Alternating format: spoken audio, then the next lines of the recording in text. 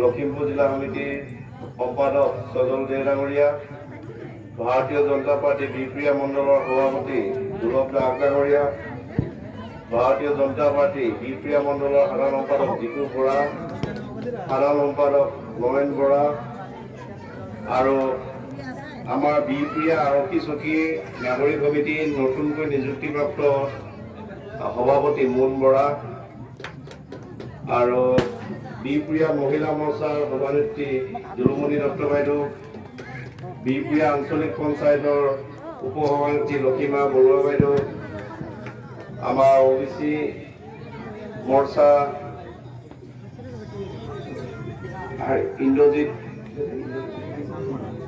কিষাণ মৰ্চাৰ ইন্দ্ৰজিৎ বৰা আৰু আন এগৰাকী আমাৰ বিশিষ্ট যুৱবন্ধু জয়েন্দ্ৰ বৰুৱা আৰু পূজা শিক্ষা মণ্ডলী,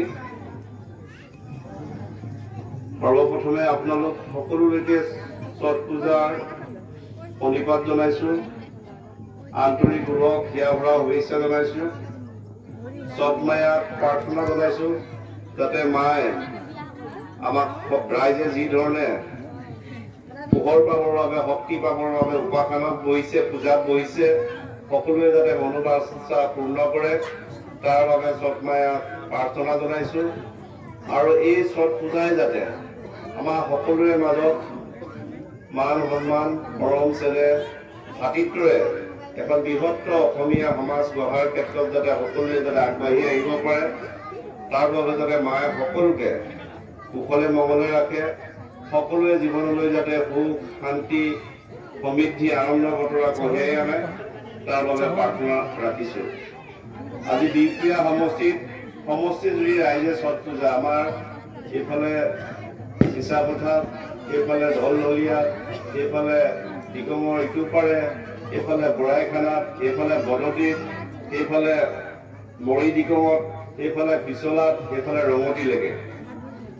আৰু মোৰ আজি চেষ্টা থাকিব যিমানখিনিলৈকে যাব পাৰোঁ সকলোৰে গৈ যাতে ৰাইজক সেৱা ধৰিব পাৰোঁ, মাক সেৱা কৰিব পাৰোঁ, তাৰ বাবে ৰাইজৰ পৰা আশীৰ্বাদ বিচাৰিছো। এতিয়া আহোঁতে মই যিটো পথ দেখিলো, এই পথটো যাতে এই বৰ্ষই যাতে গেবেল হৈ যায়, গেবেল হৈ যায়। আৰু অহা দিনবিলাকলৈ মায়ে শক্তি দিলে আমি যাতে পথটো CC ব্লক বা ব্লেক টপিঙলৈ যাব পাৰোঁ। যেতিয়া বাৰিষা আছিল তেতিয়া মই ৰাইজৰ মাজলৈ আহিছিলোঁ, পানী য'ত এই ৰাস্তাটো ভাঙিছিল তাত ব্যৱস্থা কৰিবৰ কাৰণে কৈছিলোঁ। ৰাইজে দুখত আছিল, তেতিয়া ৰাইজলৈ কিবা নহয় কিবা অকণমান লৈ আহিছিলোঁ। আৰু ইয়াত ডেকা গাভৰুসকলক বিশেষকৈ যিকেইজন আগ্ৰহ পাই থাকোঁ, আৰু আহোঁতে সন্তকো চিচা পথাৰলৈ আহিলে নিজৰ ঘৰলৈ অহা যেন লাগে। গতিকে আজি ৰাইজে নিজৰ প্ৰচেষ্টাত ইমান ধুনীয়াকৈ মাক পাবৰ বাবে আজি পূজা আয়োজন কৰিছে, মই দেখি অভিভূত হৈছোঁ, আনন্দিত হৈছোঁ।